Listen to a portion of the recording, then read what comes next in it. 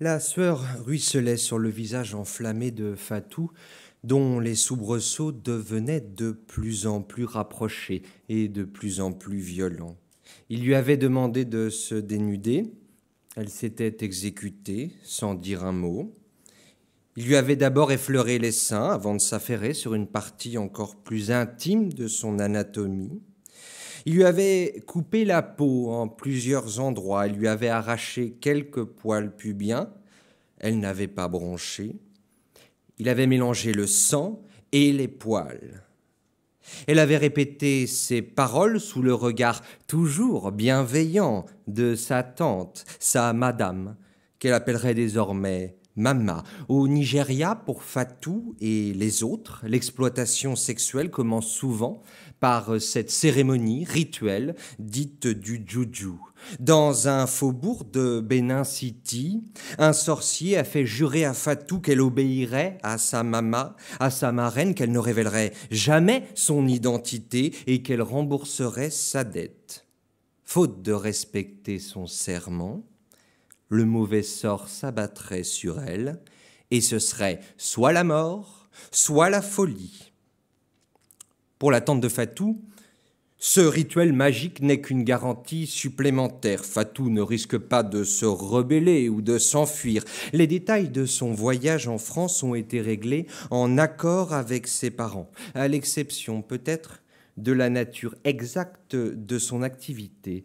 Le contexte familial en matière d'exploitation sexuelle est une circonstance aggravante au sens commun du terme, parce que le point de départ de la traite est toujours un abus de confiance, une utilisation frauduleuse des liens habituellement protecteurs de la famille. Qui voudrait du mal à sa propre nièce? Le parrain est tantôt le responsable spirituel de l'enfant, tantôt un chef mafieux. Mais la marraine, elle, n'est jamais rien d'autre qu'une mère de substitution. En Afrique occidentale, le confiage est une pratique sociale courante. Elle consiste à envoyer, pour un temps ou définitivement, des enfants chez des membres de la famille pour fournir des services ou réaliser des travaux en échange de leur éducation et de la satisfaction de leurs besoins élémentaires.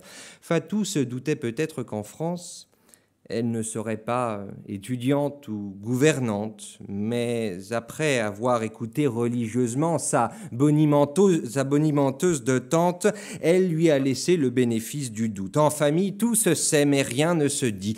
Avait-elle réellement le choix ?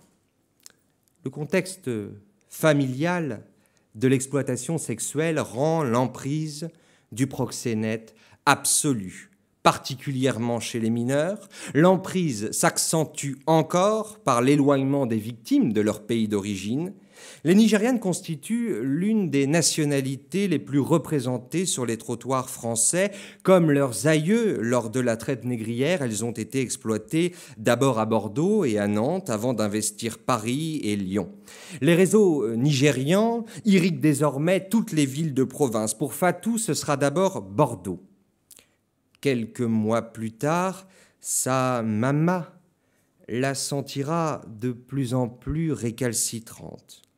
Elle la conduira sur un marché moins concurrentiel, dans une ville où la tante a un cousin qui sait, quand il le faut, taper du poing et pas uniquement sur la table. Un malheur n'arrivant jamais seul, ce sera Clermont-Ferrand, ville sans charme et sans lendemain. Un soir, le cousin rendra à Fatou le coup de canif qu'elle avait tenté de donner dans le contrat. De sa civière aux urgences dégoulinantes de sang comme au premier jour lors de la cérémonie du juju, Fatou dénonce sa proxénète. En garde à vue, la tante s'est débattue comme une belle diablesse. Elle a reconnu du bout des lèvres avoir accompagné sa nièce à sa demande, parce qu'elle était mineure. Elle a accepté avec regret que sa nièce se prostitue, faute d'avoir été embauchée ailleurs. Elle n'en a pas vraiment tiré profit, juste de quoi survivre. Elle aussi, elle aurait voulu vendre son corps, mais personne n'en aurait voulu parce qu'il est vieux et malade. Comment aurait-elle pu contraindre Fatou, si jeune et si dégourdie ? Elle jure ses grands dieux, elle exige une confrontation tout de suite. Il faut dissiper le malentendu. Pour les victimes, les infractions les plus graves sont celles qui sont les plus douloureuses à dénoncer.